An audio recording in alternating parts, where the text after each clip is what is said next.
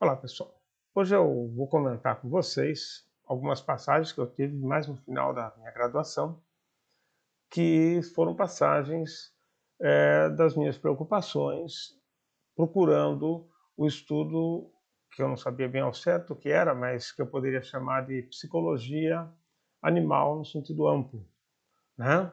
Onde o ser humano entra como um organismo, como uma espécie a mais na história, mas não a psicologia em si, mas principalmente focado nos não humanos, né? Que como biólogo eu tinha esse foco maior aí, né? Meu curso era dividido entre a área biomédica e a área não biomédica, e eu era mais afim à área não biomédica, certo? Então eu trazia essa coisa dentro de mim ainda. Mais para frente você vê que tudo isso se mistura, mas mesmo com os cursos sendo separados, né, porque era um curso só, é, mesmo os cursos tendo se separado e criado o curso oficial de biomedicina que não existia, né? O biólogo já era mais antigo. Ah, a minha preocupação, né, já que já vinha lá do colegial, às vezes até de antes, era com relação ao mundo cognitivo, ao mundo mental, não sei como poderia chamar, né? O mundo mental é mais amplo do que o mundo cognitivo, ao mundo mental dos organismos não humanos. Porque eu, criado dentro da religião, vinha daquela ideia de que os animais são seres irracionais. Tudo besteira, mas enfim, era assim, né? São seres irracionais, só nós somos racionais, eles não. Eles só fazem besteira pela vida, né? Ah, não, é tudo genético. Não é tudo genético, tá? Então, você vai conhecendo, você vai estudando, você vai vendo essas coisas. Agora, as pessoas normalmente, né, vão dando palpites e tal. Então, no meio de colegas que eu vivia antes da universidade, né, toda a minha formação era aquele conhecimento mais popular das coisas. E isso me causava alguma estranheza, porque eu achava que não tinha muitos referenciais para isso, mas eu achava que não. Achava que até uma formiga devia ter um mundo perceptual e tal, bem maior, não ia pensar em perceptual naquela época, eu pensava, ela pensa, a formiga pensa, né? Era nesse sentido. E quando chega na universidade, já no final do curso, final do terceiro ano, quarto ano, eu estava já bem enfronhado com essa história, tentando buscar o meu caminho, né? E eu sabia que entender isso era importante. Então eu estudava comportamento animal com um orientador que tinha uma percepção de comportamento muito diferente da maioria das pessoas no mundo, inclusive, não é? E ele conciliava muitas ideias com o professor Erasmo Garcia Mendes, que era da Fisiologia do Instituto de Biociências da USP em São Paulo, uma pessoa magnífica, já falecida, que eu tive o prazer de conhecer e conversar muito com ele. Ele era uma pessoa fantástica, né, de uma cultura muito grande, dava aula de farmacologia, mas era do departamento de fisiologia, trabalhava com fisiologia animal, e foi uma pessoa que ele foi um dos orientadores do meu orientador, e era uma pessoa realmente muito diferenciada, e por isso que meu orientador também tinha toda essa formação, né, que parte vem dele, parte vem das pessoas com quem ele teve contato. Isso é muito importante, né? Quem foram as pessoas na sua vida, né? Os orientadores ou as pessoas com quem você tinha bastante contato, como eram eles. Uma outra pessoa muito importante que eu pouco conheci, eu conhecia mais de literatura e das coisas que o meu orientador falava, Costino falava, né? Ele é o professor Timiaria, né? César Timiaria, também já falecido, que ele era do Instituto de Ciências Biomédicas da USP de São Paulo. E era uma pessoa magnífica, uma inteligência rara, todos esses que eu estou falando também, né? O próprio professor César Hades, do Departamento de Psicologia da USP de São Paulo, esse também falecido, mas mais precocemente, vítima de um acidente, e, foram pessoas muito importantes na minha vida, né? Dentro do estudo do comportamento animal. Eram pessoas que não eram de fazer coisinhas, eram pessoas de fazer coisas grandes, né? O professor Walter Hugo, que eu só fui conhecer há poucos anos atrás, num congresso que teve em São Paulo, o professor Walter Hugo, um dos grandes nomes do início do comportamento animal mais estruturado, que é lá da psicologia de São Paulo, Cesarades também, da psicologia lá da USP de São Paulo. O professor Walter Hugo já tinha estudos, né, mostrando o mundo perceptual da formiga.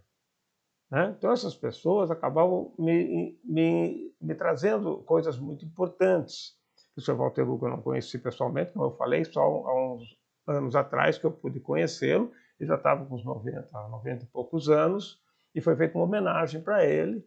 E eu fui dar uma palestra de abertura desse evento de etologia, e tive o prazer de assistir, antes da minha palestra, uma homenagem a ele, né? O que me foi assim, muito marcante e muito gratificante de estar participando desse momento lá. Eu conheci da literatura, né? Os outros eu conheci pessoalmente, o Cesarades fez parte da minha banca de mestrado e doutorado e tal. Então, a preocupação era essa, que ficava na minha cabeça. Eu estudava comportamento pensando nisso, né? Essas pessoas trouxeram visões diferentes. Então, quando eu falei em fisiologia ou falei em comportamento, né, o professor Timiaria, o professor César, falei o nome dele, já esqueci, o professor Erasmo Garcia Mendes, né, e o próprio professor Oshino, meu orientador, fisiologia e comportamento não se distinguia praticamente. Né? Tanto é que na definição de comportamento trazida pelo professor Timiaria, na primeira edição de um livro de fisiologia animal, tá? de fisiologia humana, né? Na primeira edição desse livro, ele escreve um capítulo imenso sobre neurofisiologia, que ele era um excelente neurofisiologista, mas não é aqueles indivíduos de entrar muito nos buracos, ele entra também, mas ele pega a questão macro da história, né, para entender o pensamento, o cérebro, o funcionamento do cérebro. E a definição de comportamento dele é uma que eu adotei muito ao longo dos meus artigos, inclusive, né, que é o quê?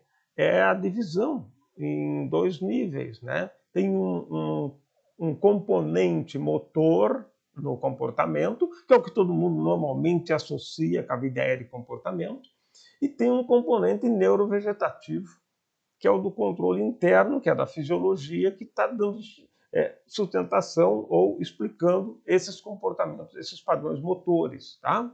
E essa parte fisiológica, ela tem uma divisão em duas partes também, né?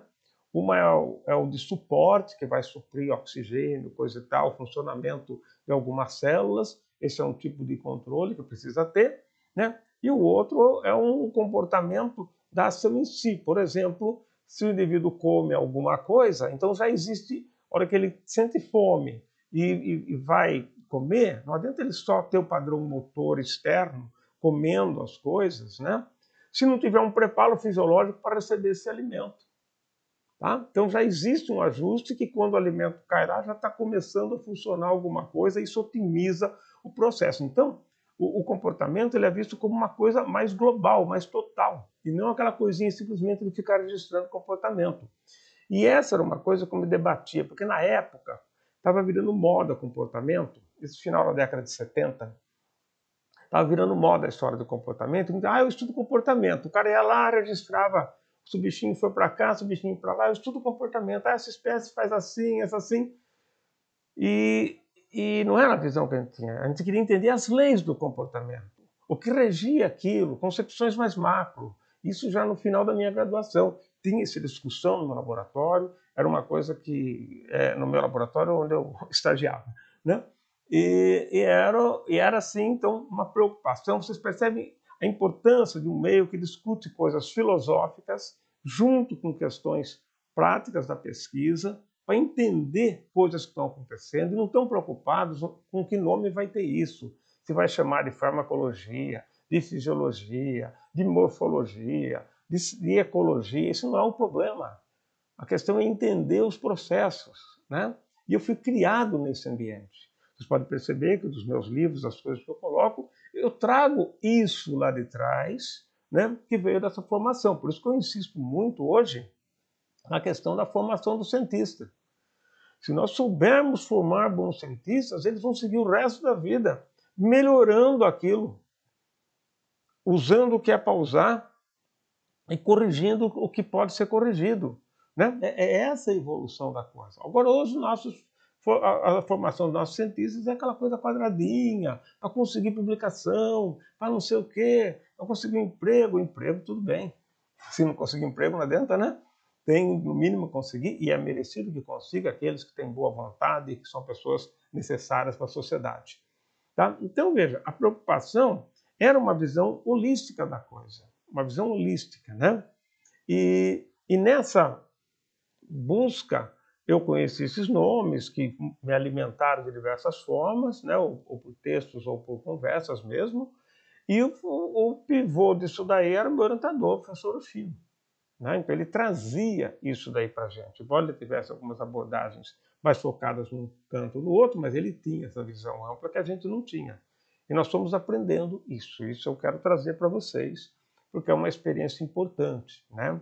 E se a gente escolhe o ambiente errado, provavelmente a gente vai absorver uma postura, um jeito de pensar e de tratar as coisas. Né? A pessoa que está acostumada a trabalhar com um pedacinho, tudo divididinho, talvez ela fique passar a vida inteira fazendo isso.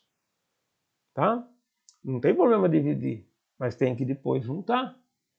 Né? Isso é o natural. Às vezes você divide porque precisa para estudar, mas você tem que saber juntar, tem que saber ver o contexto. Na época era assim. Não adianta só ver o comportamento, tem que ver o significado biológico do comportamento. O significado biológico é qual a função dele, né? Não uma função pré-determinada, mas qual a consequência disso na sobrevivência daquelas espécies, daqueles indivíduos. Tá ok? E é o significado biológico, é qual a vantagem adaptativa que isso daqui traz para esse organismo, seja um ajuste momentâneo ou seja uma adaptação em termos genéticos mais amplos, seja o que for. Bom, para não falar muito de biologia, eu vou voltar então à questão do seguinte. A minha preocupação era essa, era primeiro, ter uma abordagem legal, que eu não sabia exatamente como seria, e segundo, a questão da mente desses bichinhos aí. O professor Walter Hugo, que eu citei, ele foi um dos primeiros a trabalhar com isso, ele teve um trabalho que até foi negado, foi difícil publicar, nem lembro se ele conseguiu publicar ou não, foi uma coisa assim, teve um monte de polêmica no exterior, né? E ele tentando mostrar as coisas, e ele trabalhava com formiga. Ele fez um experimento muito simples, que era assim, naquela época predominava a ideia de que os insetos, né, vários animais, mas os insetos principalmente, eles eram muito guiados por vias químicas. Quando estavam descobrindo lá atrás, há poucas décadas atrás, descobriram os feromônios, né, que são hormônios que são exalados para fora do organismo e têm uma função específica no indivíduo da mesma espécie e às vezes de outra espécie. Mas uma função específica, como é o caso do hormônio. Então por isso que ele é um feromônio. Tá? Ele é um hormônio, só que ele é exalado para fora e tem uma função em outros indivíduos. E isso estava muito em voga, e muita gente queria explicar tudo baseado nisso. Sempre que surge uma ideia nova, todo mundo corre atrás, depois, né? E ele mostrou, isso deve ter sido década de 60, não lembro exatamente quando, né? E ele mostrou o quê? Por exemplo, tinha um formigueiro aqui. A formiga saía do formigueiro, achava uma comida aqui. Aí voltava o formigueiro, voltava para cá, e ela aprendia esse caminho. Mas até então era tudo marcado quimicamente. O que ele fez? Ele pôs 3 sinais, eu não lembro se foram 3 chumaços de algodão ou se foram 3 velas que ele colocou. Colocou aqui do lado. E a formiga vinha e fazia o trajeto. Tá? Depois que ela aprendeu a fazer o trajeto, e os chumaços estavam nessa posição aqui, né? Nessa posição, o trajeto está aqui, eles estão aqui para frente, ele pegava essas marcações e punha aqui atrás. Do outro lado, o trajeto está aqui, eles punham agora atrás desse trajeto. Né? Atrás no referencial nosso aqui na tela. Tá? Eles punham para cá. Então, o que acontecia com as formigas? Elas vinham andando, saindo do formigueiro, quando chegava na região que tinha aquela marcação, elas se desorganizavam. Se desorganizavam e acabavam fazendo um novo percurso passando por aqui, ó. Ou seja, elas vinham e faziam isso aqui, ó. tá? E voltavam lá para chegar no alimento. Por quê? Com isso elas estavam colocando aquela marcação do lado direito delas. Se elas estavam vindo aqui, estava do lado direito delas. Aí no vídeo talvez seja um pouco invertido, mas não importa. Então, inicialmente, estava num lado, se eu fizesse na horizontal, mais fácil. Ela sai daqui de cima, que é o formigueiro, e chega aqui embaixo. Uma linha reta, tá? Ok. Chega aqui embaixo. A marcação está desse lado. A hora que... E elas fazem esse trajeto e aprende esse trajeto aqui. Tá ok? Aprende esse trajeto aqui. A hora que joga essa marcação para cá, elas se desorganizam, né? Aí elas saem e acabam fazendo um trajeto que vai para cá. E agora chega aqui. Então, elas contornam aquilo lá, tá? Me atrapalharam com as posições aqui, com a imagem.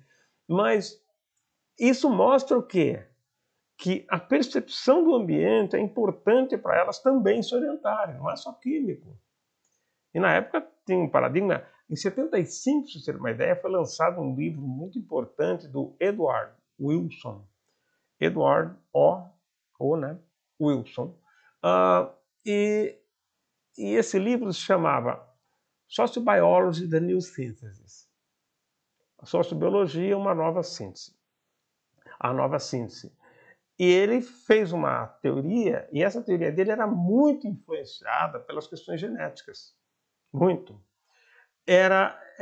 Ele queria definir quase tudo com relação a tendências genéticas. E aí começa a explicar coisas, né? Ele fez outros livros depois. Eu lembro que eu comprei esse livro clássico dele, é um livro dessa grossura, desse tamanho, grande, tudo ilustrado, bonito. Comprei numa livraria que veio do Rio Grande do Sul, se eu lembro, mas eu comprei pelo correio. E aí chegou o tal do livro, nossa, eu vibrava com aquele livro. E era uma teoria, né? Lá ele definia algumas coisas, alguns termos, e o Wilson, quando soltou esse livro, ele quase foi expulso da universidade. Mas ele é um grande teórico, e depois ele foi chegando num meio termo um pouquinho melhor. Mas ele trabalhava com formigas. Como ele trabalhava com formigas, é tudo baseado em coisa genética, tá? Ele tentou explicar todo o resto das comunidades, sociobiologia, no sentido de comportamento social, né? Pegava a abelha, pegava isso e pegava o ser humano também. E aí ele queria explicar tudo com base na mesma base. E não é assim, claramente não é assim. Algumas espécies têm 99% controlado geneticamente e 1% de aprendizagem. Outras espécies têm menos geneticamente e mais aprendizagem. Outras têm muito menos geneticamente e um monte de aprendizagem. Então isso dá para perceber nas espécies, mas ele queria igualar várias coisas. Então, nesse momento, você mostrar que a formiga tinha orientações externas e que estava percebendo o ambiente, se guiando por ele, era relevante, era importante. Na década de 60 isso era importante, né? Trazia um questionamento para os pensamentos da época. E a gente vivia esse clima, vivia essas discussões, esses debates.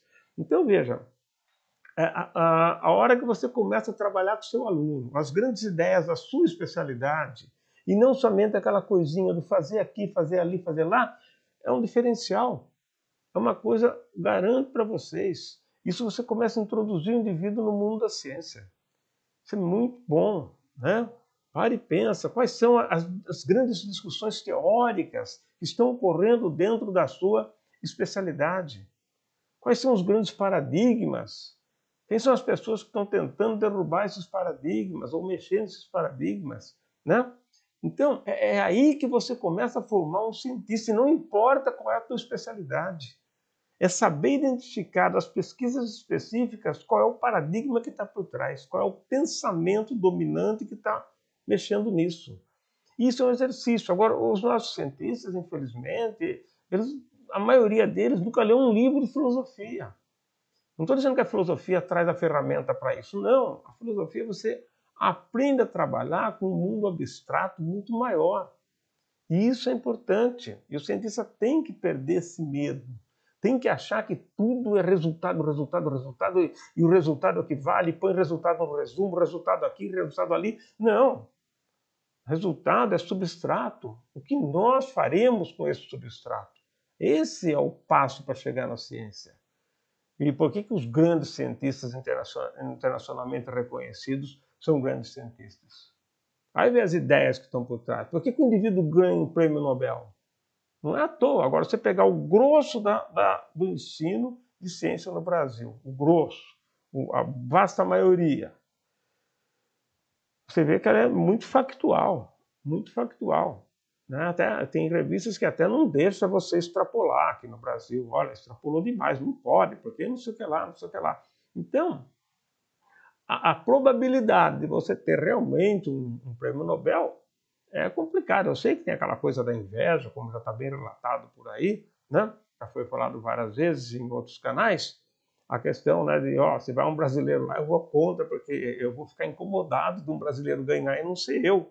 Então, a inveja é tão forte que o indivíduo dá um jeito de mandar carta detonando aquela pessoa que poderia, né, ter algum mérito lá. Aquele brasileiro, né? Brasileira que seja, falando em termos gerais. Então, veja, essa formação equivocada, ela já torna mais difícil surgir um prêmio Nobel. Falar, mas para que ter prêmio Nobel? Se não tiver, estamos tocando nossa vida. Eu sei. Só que quando você tem prêmios Nobéis, é sinal que o substrato de formação científica está melhor. Não é o acaso que os Estados Unidos têm vários prêmios Nobel, certo? Que outros países bem desenvolvidos têm prêmio Nobel. Não é o acaso. Outros países mais pobres também têm, mas não é o acaso. Tá? Às vezes, ok, pode ser, uma pessoa desponta, é um gênio na vida, pode acontecer, mas hoje você vê que não é só gênio que ganha prêmio Nobel, são cientistas normais, né, que fazem descobertas interessantes e tal, mas tem que ter uma visão boa das coisas. Tá? Então, o prêmio Nobel significa o produto da nossa formação. Então, é sinal que as escolas do país são boas, né? Talvez seja um que ganhe, mas não importa. Outros estão num caminho ok. Então, isso eleva a média da população. É nesse sentido que eu falo quando eu falo em prêmio Nobel. Não é o troféuzinho de ganhei, ou o Brasil ganhou, não é isso. Mostra um sistema mais amplo, porque isso daí é difícil surgir simplesmente no mundo ali, tá? Tem uma história e tem a ver muitas vezes com o contexto do país. Bom, então, gente, a preocupação teórica sempre foi uma realidade, né? A minha prática já na graduação. Isso que eu estou falando de graduação, né? Uma outra preocupação que eu tinha era, então, onde eu vou estudar isso? A hora que eu terminar a graduação, onde eu vou estudar? Eu lembro que na época, isso foi 78, acho que foi 78 ou 77, tinha surgido um curso, que a hora que eu li o nome eu falei, é este. Não era. O curso era mestrado, era só mestrado em psicobiologia. Pronto, eu já imaginei aquele mundo maravilhoso, estudar o comportamento de uma forma ampla, onde biologia e psicologia se juntam numa coisa só, que é a realidade, né? Na verdade, se estuda separado, mas o entendimento só dá direito quando você cruza as duas áreas, né? E era psicobiologia, pelo nome, bonito, tá? Só que depois eu fui ver, ele surge dentro de uma orientação e que ele, na verdade, acaba virando um curso que é muito mais uma psicofarmacologia, porque o grupo forte que tinha, isso era em Ribeirão Preto, na USP de Ribeirão Preto, o grupo forte que se tinha lá era um grupo de farmacologia, né, nessa área de comportamento e tal. Então, gradativamente, o curso vai se tornando esse foco de psicofarmacologia, que era uma coisa que não me agradava. Eu entenderia isso como um pedacinho, e não como um todo, tá? E na época eu tinha realmente uma resistência à especialização, como eu já comentei em algum momento, tá? E acabei não indo para lá e fui para o outro lado, e eu acabei fazendo a opção de ficar com o meu orientador, porque eu ainda tinha muito para aprender com ele, muito, tá? E acho que eu não me arrependo disso. Na época nós vivíamos uma outra dicotomia, que era a questão da endogenia, né? Do indivíduo ficar sempre no mesmo lugar. Então isso começou a ser muito criticado na época, década de 70, começo da década de 80, muito criticado na época. Não, você tem que ir para outros lugares, não sei o quê. Isso me incomodava um pouco, porque eu pensava, eu posso ir para outros lugares, mas eu ainda não suguei nem o que eu posso sugar daqui, né? Eu acho que eu tenho muito para aprender. Mas por que isso? Porque eu tinha orientador de visão ampla. Se eu tivesse um orientador mais específico, aprendi a fazer pesquisinha, tudo bem, ok. Agora vamos aprender a fazer outra pesquisinha em outro laboratório, em outro, ir para outro país, para outros lados, né? Mas ali não, era um mundo cultural muito grande e que eu fiquei longe de absorver tudo aquilo, mas o que eu pude pegar, eu peguei e depois eu fui desenvolvendo, tá certo? Dentro das minhas limitações, mas dentro do que eu podia, tá? Então, é importante essa percepção, né? E eu tive que enfrentar isso. Eu falei, não, eu fiz minha graduação, a graduação na Unesp, em Botucatu. O meu mestrado e meu doutorado foram feitos na Unesp em Rio Claro, era um outro campus, a 200 e poucos quilômetros daqui, e só que o meu orientador era o mesmo. E a pesquisa eu fazia em Botucatu. Mas as disciplinas eu assistia lá em Rio Claro. E viajava. Às vezes viajava 3 vezes na semana. Ia na segunda e voltava, ia na quarta e voltava, ia na sexta e voltava. Né? E tinham mais umas 3, 4 pessoas com a gente, de outros laboratórios, até da medicina e tal, e que iam fazer pós lá, porque não tinha pós em Botucatu. Depois que vai surgir uma pós muito incipiente e tal, que mais para frente eu até virei coordenador dessa pós e fiquei uns 12 anos, mais ou menos, comprometidos ali com a coordenação do programa. Não como coordenador, mas dentro do grupo da coordenação do programa. Bom, o que acontece? Né? Essa preocupação, eu acabei entrando nessa por causa do meu orientador e não por causa do tema. O tema eu sabia que viria junto com o meu orientador, então eu estava tranquilo, certo? E o resto, vamos fazer onde dá para fazer. Depois eu vou falar especificamente sobre a entrada na pós-graduação, mas depois a gente conversa sobre isso em outro vídeo. Então, o que acontece? Eu me desiludi com a história da psicobiologia. Na época, não, fiquei meio assim, acabei optando pelo orientador, mas depois eu fui descobrindo a evolução daquele curso e vi que não era o enfoque realmente que eu queria. Isso não significa que lá dentro não tivesse pessoas com bom enfoque. Né? Conheci professores ótimos lá, o professor Werner foi um deles, que ele foi mais tarde para Ribeirão Preto, ele era de São Paulo, né? E o Werner Schmideck. E a professora Annette Hoffmann também, professora excelente, excelente cientista, seríssima, a Annette da fisiologia, neurofisiologia, lá da USP, com a qual 2 dos meus doutores, né, que se formaram comigo, foram fazer pós-doc lá.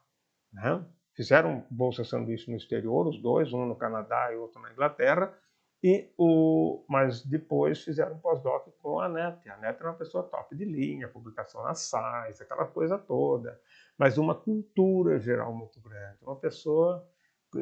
É essa a diferença. Hoje nós temos produtores de papers que, se vocês sair um pouquinho fora do papo, o cara não sabe o que falar. São pessoas de formação cultural muito restrita, muito pobre, mas eles vomitam papers e em enxulates desse tamanho e se consagram os grandes cientistas porque receberam não sei quantas citações. Lógico, citação bruta é fácil receber. Quero ver a taxa. Divide citação por número de artigos publicados, você vê como cai lá para baixo. Né? Mas, enfim, esse foi o caminho. E nessa fase ainda eu tive uma outra participação minha, que eu me lembro muito bem, que foi uma fase que eu tive em que eu ainda tinha uma visão determinista do mundo, muito determinista. Né? Eu discutia arduamente com as pessoas sobre isso e tal, e eu discuti o determinismo. Eu escrevi um texto longo explicando a questão do determinismo. Eu lembro que até usei no meu texto isso. Eu estava entre finzinho da graduação, deve ser 78 aproximadamente, no máximo, primeiro ano do mestrado, né? Eu escrevi um texto, inclusive, e eu E eu tentava mostrar que o determinismo não traria uma visão sem graça do mundo. Nossa, é tudo determinado, né? Então, hoje eu não tenho essa visão, mas na época eu tinha, tá? E o que acontece? Eu lembro que um dos exemplos que eu usei era de um jogo de baralho que eu jogava, que eu aprendi a jogar, e que era divertido até. Que era o quê? Você dá as cartas, duas pessoas. Você dá a carta e um massinho para um massinho para outro, ok? Né? Cada um com o mesmo número de cartas. Aí, uma pessoa joga uma carta, a outra joga. Tá? A carta de maior valor ganha. Então, a pessoa que ganhou pega aquelas cartas e põe embaixo do monte. Jogou, aí joga de novo. Uma carta, outra carta. A que deu maior valor ganha e põe embaixo do monte e aquilo vai se acumulando e vai ficando. Até que acabe a carta de algum. Então, aquele que proporcionalmente pegar menos ao longo do tempo, ele vai acabar. Quando dá empate, você pega uma carta do monte, né, a carta seguinte, e você joga ela coberta, ou seja, com o número voltado para baixo. E depois joga mais duas. A que der maior, leva tudo. Tá? Esse era o jogo. Isso podia ser 3 vezes. Enquanto empatar, vai fazendo assim. Essa é a regra do jogo. Se você pegar os dois massinhos, souber a sequência de cartas de cada um deles e fizer as contas, você já sabe quem vai ganhar. Certo? Porque é uma questão matemática. Aí não tem saída. É uma situação. Aí não tem saída. E eu usava esse jogo para dizer, veja, embora seja uma questão matemática, que a partir do momento que dividiu as cartas já está definido quem ganha, o fato de não saber quem ganha dá o prazer do jogo.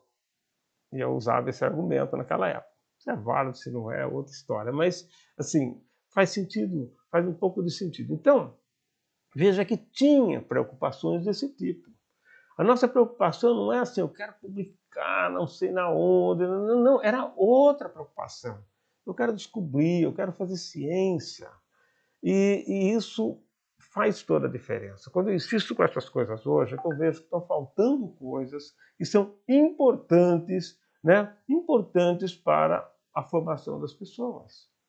Elas estão sendo assim bitoladas dentro de coisas específicas. Não é? Tem muito mais conhecimento hoje do que antes? Talvez não. Antigamente a gente tinha menos acesso.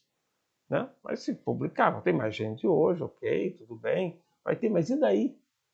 E daí? Não é esse volume que vai justificar o que está acontecendo. Né? Mas, enfim, essas foram experiências que eu queria deixar aqui gravado para vocês refletirem sobre isso. Para vocês refletirem como vocês estão formando seus alunos e como você está sendo formado dentro do grupo que você está. Né? Que inovação você pode trazer. Tá? Vocês vão perceber que esses primeiros 10 anos da minha vida de contratado, ainda não estava contratado aqui, tá? Os 10 anos primeiros da minha vida de contratação, uma vida muito rica em termos de experimentar isso, aquilo, e fazer coisas na universidade, até chegar até os 15 anos, até mesmo dentro da reitoria, na área de educação, enfim, várias coisas que foram acontecendo. Isso vai formando a gente, tá? Lembra que o meu primeiro livro eu só publiquei em 1998. 10 anos depois de eu ter começado, né, a dar aula de redação científica na pós-graduação. Depois de 10 anos dando aula de pós-graduação, né, sobre redação científica, eu escrevi o primeiro livro. Demorei? Não, eu tinha vergonha de fazer antes. Eu tinha que ter amadurecimento, tinha que ter experiência, e foi o que eu guardei, tá? Até que saiu. Né? Então, nós temos que pensar nessas coisas, discutir com os nossos alunos e amadurecer essa turma que está vindo por aí, porque eles vão ser o que vão substituir os mais velhos. Não adianta querer ou não querer, é isso que vai acontecer. Então, o que nós temos que fazer é zelar por essa turma que chega. E quem vai zelar por eles? Os professores, os orientadores. Largá-los solto na internet não vai dar certo. Talvez para um ou outro dê, para a maioria não vai. Vão se perder e não vai virar grandes coisas. Beleza, gente? É esse o vídeo, então. Espero que vocês gostem e reflitam sobre isso, ok? Um grande abraço.